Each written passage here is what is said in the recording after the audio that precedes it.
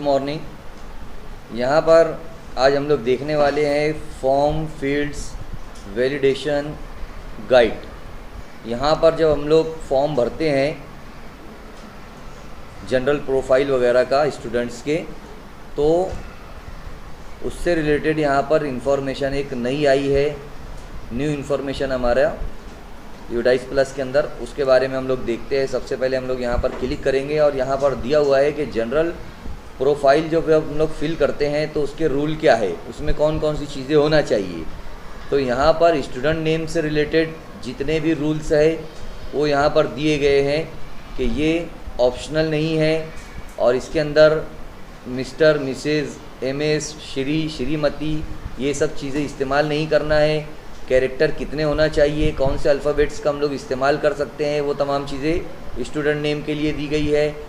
इसीलिए student name हम लोग कब एडिट कर सकते हैं और कहाँ से एडिट कर सकते हैं वो यहाँ पर दिया गया है कि स्टूडेंट नेम अपडेट के अंदर जाकर इस मॉड्यूल में जो लेफ़्ट साइड है ये वाला मॉड्यूल स्टूडेंट नेम अपडेट, यहाँ पर जाकर इसको करेक्शन कर सकते हैं, कितनी बार कर सकते हैं वो दिया गया है और उसके रूल रेगुलेशन के हिसाब से कर सकते हैं, ये मालूमात दी गई है।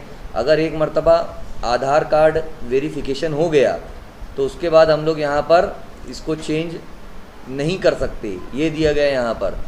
और इसी तरह अगर इसको फिर चेंज करना रहेगा तो यहाँ पर जो MIS है उनसे हमें कांटेक्ट करना पड़ेगा। इसी तरह अगर आपार क्रिएट हो गया एक मर्तबा तो हम लोग उसको चेंज नहीं कर पाएंगे, उसके अंदर नेम नहीं चेंज कर पाएंगे, ये भी इंफॉर्मेशन यहाँ पर दी गई है। इसी के साथ साथ यहाँ पर डेट ऑफ बर्थ के बारे में दिया गया है कि डेट ऑफ बर्थ में हम लोग कौन कौन सी चीज़ें पहले क्या डालेंगे, डेट डालेंगे, मंथ डालेंगे, फिर ईयर डालेंगे। और भी जो इंफॉर्मेशन है यहाँ पर दी गई है वो आपको रीड करना है। और आधार वेरिफिकेशन के बाद चेंजेस नहीं होंगे, आपार ID बनने के बाद चेंज नहीं होगा डेट ऑफ बर्थ, ये भी यहाँ पर बताया गया है। मदर्स नेम के बारे में गाइड किया गया है, फादर्स नेम के बारे में, गार्जियन नेम के बारे में, आधार नंबर के बारे में बताया गया है, name of student as per आधार उसके बारे में इंफॉर्मेशन है, एडमिशन डेट से रिलेटेड इंफॉर्मेशन है, एड्रेस है, pin code, mobile number, alternate mobile number, ये यानी जितने भी हमारी जो जनरल प्रोफाइल के अंदर इंफॉर्मेशन है वो सब से रिलेटेड यहाँ पर रूल रेगुलेशन दी गए हैं।